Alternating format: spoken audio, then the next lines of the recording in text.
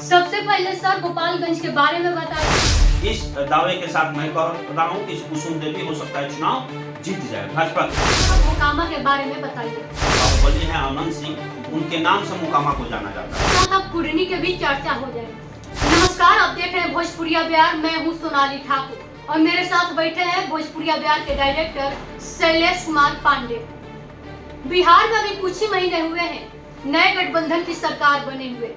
इसके साथ ही बिहार विधानसभा के 3 सीटों पर उपचुनाव के बिगुल बज चुका है, लेकिन चुनाव आयोग की तरफ से अभी तारीखों का ऐलान नहीं हुआ है। लेकिन गोपालगंज, मोकामा और कुढ़नी में चुनाव होना तय है। चलिए जानते हैं शैलेश कुमार पांडे से उस विधानसभा में राजनीति स्थिति क्या है और किस दल से कौन से प्रत्याशी होंगे। सबसे पहले सर गोपालगंज के बारे में बताइए, वहाँ की राजनीति स्थिति क्या होगी और कौन कौन से उम्मीदवार हो सकते हैं वहाँ। देखिए, गोपालगंज की जहाँ तक बात है तो गोपालगंज के बारे में हम बताने जा रहे हैं। गोपालगंज जिला लालू यादव के लिए जाना जाता है, उनका गृह जिला है और उस जिले के निवासी हैं। और अभी बिहार में महागठबंधन की सरकार बनी है, राजद जदयू कांग्रेस की सरकार है और उपचुनाव होने जा रहा है, इसलिए यह जिला बहुत महत्वपूर्ण है और उपचुनाव में बहुत सारे मायने भी रखते हैं इस जिला के लिए। तो वहाँ सुभाष सिंह जो थे सहकारिता मंत्री थे, जब से वे मंत्री पद का शपथ लिए थे तब से लंबे समय से वे बीमार चल रहे थे। लंबी बीमारी के बाद से उनका निधन हो गया है, उसके बाद से यह सीट खाली हुई है। इस सीट पर उपचुनाव होना है। हालांकि भाजपा, जदयू, राजद सभी दल के जो नेता हैं, जो संभावित प्रत्याशी हैं, अपने अपने स्तर से सभी दलों में अपना पैरवी लगाना शुरू कर दिए हैं, टिकट के लिए जुगाड़ लगाना शुरू कर दिए हैं।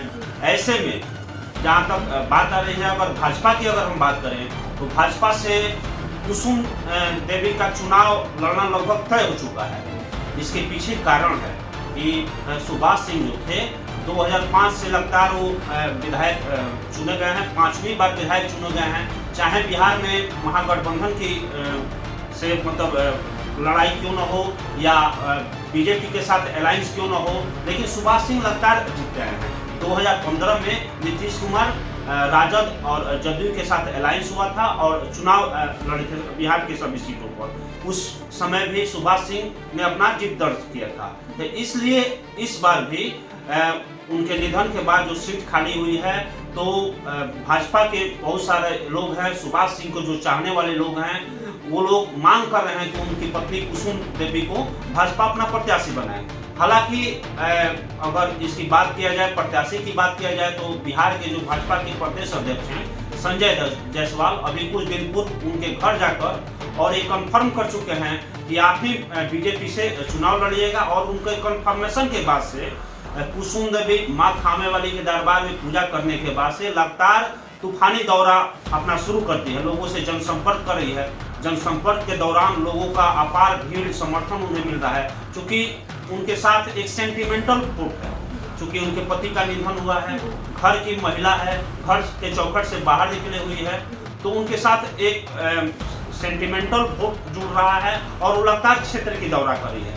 इसके साथ ही भाजपा के बहुत सारे नेता जो हैं अपने अपने टिकट के जुगाड़ में लगे हुए हैं, अपना सब सेटिंग वेटिंग कर रहे हैं कि हमको टिकट मिले। अगर भाजपा से बाय द वे अगर टिकट नहीं मिलता है कुसुम देवी को, तो निर्दल भी चुनाव लड़ेगी या बहुत सारा राजनीतिक दल है जो उनको टिकट देने के लिए तैयार है। अब हम बात करें महागठबंधन की, तो महागठबंधन में 3 सीटों में बिहार में उपचुनाव हो रहे हैं, जिसमें 2 सीट जो है पर राजद मोकामा और कुढ़नी में चुनाव लड़ने के लिए अपना राजा मंदिर दे चुका है और नीतीश कुमार के खाते में जा रहा है गोपालगंज सीट, जो जदयू के खाते में जा रहा है। तो जदयू की अगर बात करें तो जदयू से 2-3 नामों की प्रमुखता से चर्चा चल रही है, जिसमें समता पार्टी के समय से सदस्य रहे बैकुंठपुर विधानसभा के विधायक जो अभी पूर्व विधायक हैं और जदयू के प्रदेश प्रवक्ता भी हैं, वे प्रबल दावेदार माने जा रहे हैं। नीतीश कुमार के साथ उनकी नजदीकियां और उनका संबंध ये लगभग कन्फर्म हो चुका है कि जदयू से उनका टिकट मिलना यहाँ से कन्फर्म है। हालांकि एक नाम है बिहार के पूर्व मंत्री राम सेवक सिंह जी का। कुछ लोग, हालांकि उनके द्वारा अभी कोई प्रतिक्रिया नहीं दी गई है चुनाव लड़ने और नहीं लड़ने को लेकर, लेकिन उनके जो समर्थक हैं फेसबुक पर ये लिख रहे हैं कि राम सेवक सिंह जी को गोपालगंज विधानसभा से उम्मीदवार बनाया जाए जदयू की तरफ से। हालांकि एक और नाम आ रहा है, लेकिन दिलीप सिंह का, जो दिलीप सिंह अभी जो कुछ दिन पहले बिहार विधान परिषद का जो चुनाव हुआ था गोपालगंज से, उसके महागठबंधन से मतलब राजद के उम्मीदवार थे और उसके प्रत्याशी थे और मामूली वोटों से वो चुनाव हार गए। हालांकि वे पहले भाजपा में थे और भाजपा में के खास युवा वर्गों में उनकी पकड़ है। इसको देखते हुए मतलब जदयू, राजद और भाजपा तीनों दलों के कुछ नेता उनको अपने अपने दल में लाकर टिकट दिलाने के प्रयास में लगे हुए हैं, लेकिन कितना हद तक ये सफल हो पाते हैं दिलीप सिंह, उनको टिकट मिल पाता है कि नहीं मिल पाता है, ये तो आने वाला समय बताएगा। क्योंकि राजनीति में कुछ कहा नहीं जा सकता है, पल भर में स्थिति क्या होगी, कैसे होगा, ये सब कहना असंभव है।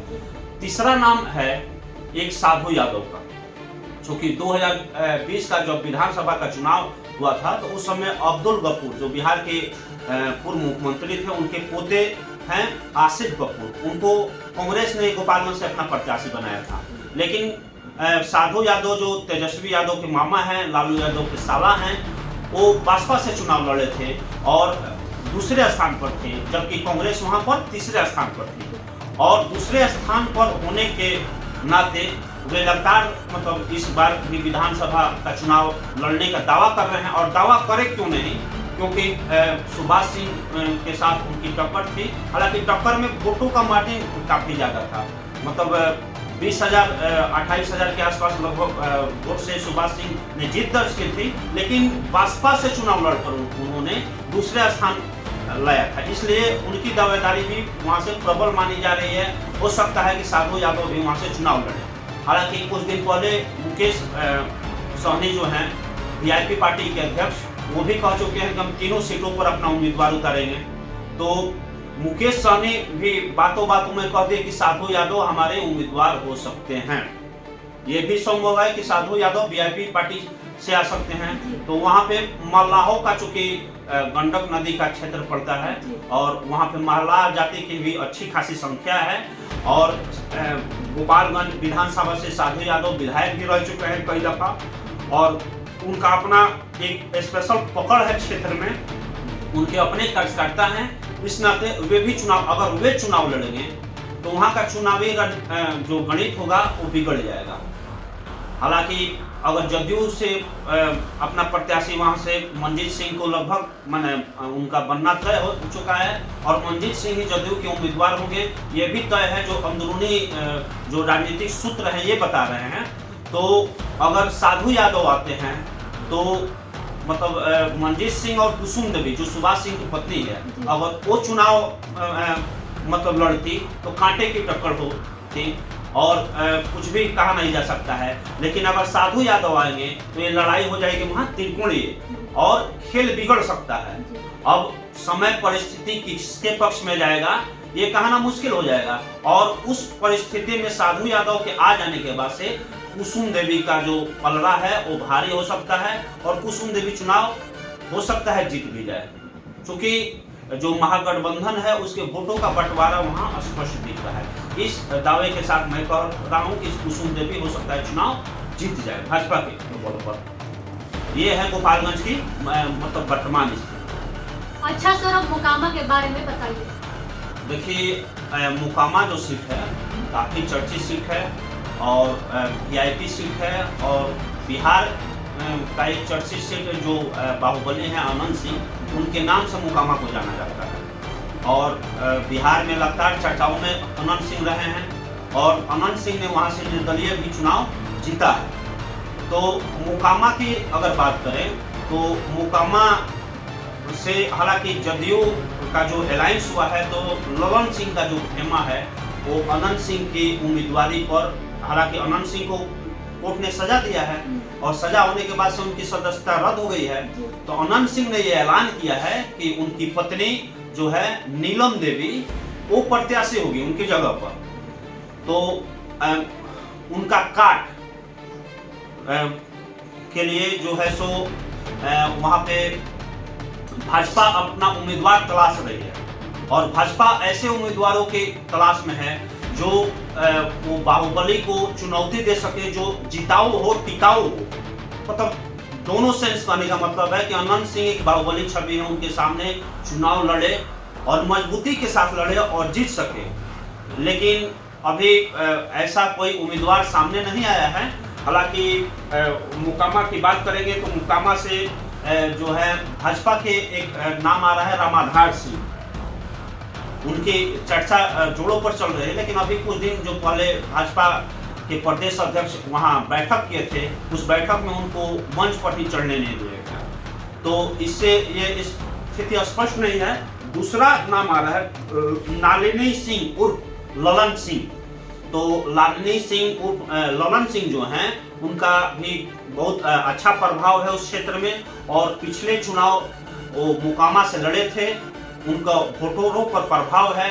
अब आने वाला समय ये बताएगा कि भाजपा की तरफ से कौन उम्मीदवार होगा। हालांकि ललन सिंह का जो पक्ष है जदयू में, वो अनंत सिंह की पत्नी की उम्मीदवारी का विरोध लगातार कर रहा है और राजद वहां पे अड़े हुए हैं कि नहीं, हमारी उम्मीदवार जो होगी वो नीलम सिंह ही होगी।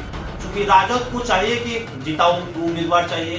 अनंत सिंह को भले ही बाहुबली कहा जाए, लेकिन क्षेत्र के लोगों के बीच काफी लोकप्रिय है और वहाँ के लोग कहते हैं कि हमारे वो जनता के बाहुबली हैं, जनता के लिए वो कार्य करते हैं। तो इसलिए अगर कोई दल उनको टिकट नहीं भी दे तो अनंत सिंह की पत्नी निर्दलीय भी चुनाव लड़ सकती है और अनंत सिंह की पत्नी अभी वर्तमान परिदृश्य में वहाँ भारी पड़ेगी। ये हो गया मोकामा का टिकट। इसी के साथ अब कुडनी के भी चर्चा हो जाए।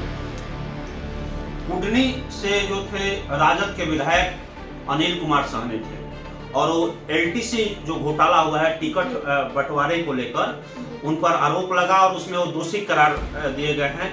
इससे उनकी भी सदस्यता जा सकती है और वहां भी उपचुनाव होना लगभग तय हो चुका है। सिर्फ अब चुनाव आयोग जो है तारीखों का ऐलान करेगा कि कब वहां चुनाव होगा। तो अनिल सहनी वहां से मतलब चुनाव लड़े थे 2020 के विधानसभा में और चुनाव जीते थे।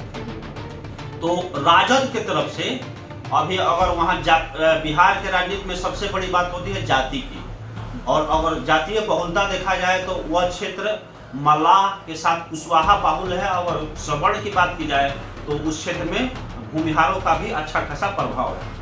तो दोनों दल, चाहे भाजपा हो या महागठबंधन हो, दोनों दल के नेता वहां जातीय समीकरण साधने का पूरा प्रयास कर रहे हैं। ऐसे में भाजपा की तरफ से एक नाम उभर कर आ रहा है जो वहां के पूर्व विधायक भी रहे हैं, केदारनाथ गुप्ता, और बहुत कम मार्जिन से 2020 के विधानसभा में वो अनिल कुमार सहनी से हारे थे। 2020 के चुनाव में हुआ क्या था कि उनकी जीत की घोषणा भी कर दी गई थी, लेकिन बाद में पता चला कि एक बूथ का काउंटिंग अभी नहीं हुआ है। जब एक बूथ का काउंटिंग हुआ घोषणा के बाद से फिर से दोबारा घोषणा करना पड़ा और अनिल सहनी की वहां से जीत हुई थी और केदार कुमार गुप्ता जो है बहुत कम वोटों से वहां चुनाव हारे थे। हालांकि वहां जो है महागठबंधन वो अनिल सहनी की पत्नी पर भी अपना दाव लगा सकता है। इसके साथ ही Tejashwi Yadav A to Z की बात कर रहे हैं, तो पूरा जातीय जो समीकरण है उसमें जो फिट बैठेगा उसको साधने का पूरा प्रयास कर रहे हैं और कुशवाहा, मल्लाह और भूमिहार तीनों में जो फिट बैठे, ऐसे जिताऊ और टिकाऊ उम्मीदवार की चर्चा उस दल में हो रही है। अब आने वाला समय बताएगा कि किस पार्टी से कौन उम्मीदवार होगा। यह है तीनों विधानसभा का आकलन। तो चलिए आज की इस चर्चा को हम इसी के साथ विराम देते हैं। तो बने रहिए भोजपुरिया बिहार के साथ। अगर ये चर्चा आपको अच्छी लगे तो ज़्यादा से ज़्यादा शेयर करें, लाइक करें, हमारे चैनल को, पेज को फॉलो करें, ताकि हम लोगों को मोटिवेशन मिले और हम लोग इसी तरह चर्चाएं लेकर आते रहें और आप लोगों तक पहुंचाते रहें।